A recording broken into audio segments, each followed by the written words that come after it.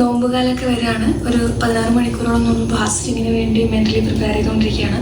So നോമ്പ് എടുക്കുമ്പോൾ കുറച്ച് ശ്രദ്ധിക്കേണ്ട കാര്യങ്ങൾ പറഞ്ഞാലോ.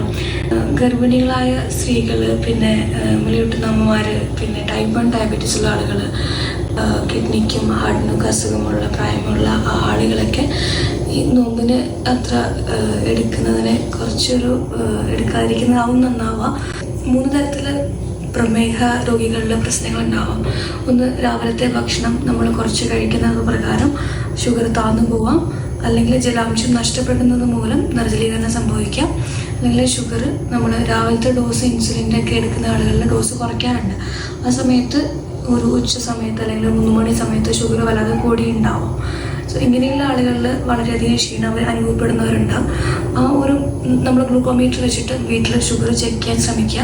അതിനുള്ളിൽ 70 താഴെ പോവുകയോ അല്ലെങ്കിൽ ഒരു 500-600 റേഞ്ചിൽ ഷുഗർ കാണുകയുണ്ടെങ്കിൽ ഉടനെ തന്നെ വൈദ്യസഹായം തേടേണ്ടതുണ്ട്.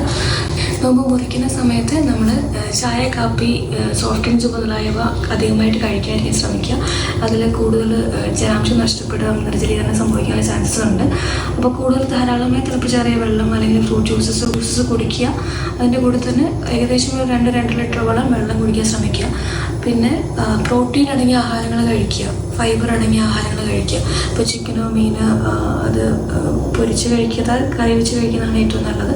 അതുപോലെ തന്നെ ചെറുപയർ മുളപ്പിച്ചതോ കറി വെച്ചതോ കടലവർഗ്ഗങ്ങൾ, ഇങ്ങനെ നമ്മൾ പെട്ടെന്ന് ദഹിച്ചു പോവാത്ത ആഹാരങ്ങൾ കഴിക്കുമ്പോൾ നമുക്ക് ഷുഗർ താഴുന്നതൊക്കെ ഒഴിവാക്കാൻ പറ്റും. കൂടുതലും ഇലക്കറികൾ കഴിക്കുക.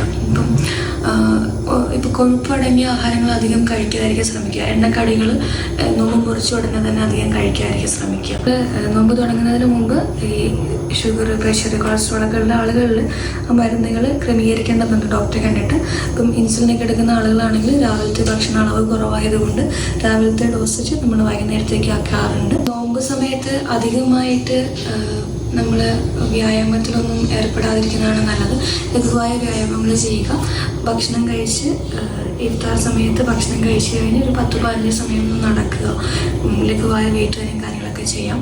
പിന്നെ നോമ്പ് സമയത്ത് തടി കൂടുന്നു എന്നൊക്കെ നിങ്ങൾക്കൊരു സംശയം ഉണ്ടോ? എന്ന് വെച്ചാൽ എന്താണ്, അധികം ഷുഗറി ഡ്രിങ്ക്സ് കഴിക്കാതിരിക്കുക, കാർബണേറ്റഡ് ഡ്രിങ്ക്സ് കഴിക്കാതിരിക്കുക, ഈ പാസ്ത പോലുള്ളവ അല്ലെങ്കിൽ പ്രോസസ്ഡ് ഫുഡ് കുറച്ച് കഴിക്കുക. നമ്മുടെ ഫ്രൂട്ട്സ് കട്ട് ചെയ്തതും പിന്നെ ഈ ഹോൾ വീറ്റ് കാര്യങ്ങളൊക്കെ കഴിക്കാൻ ശ്രമിക്കുക. നോമ്പ് സമയത്ത് ഉറക്കക്കുറവ് പറയുന്നവരിൽ നമുക്ക് കഫീൻ്റെ അളവ് അധികം എടുക്കാതിരിക്കാൻ ശ്രമിക്കുക.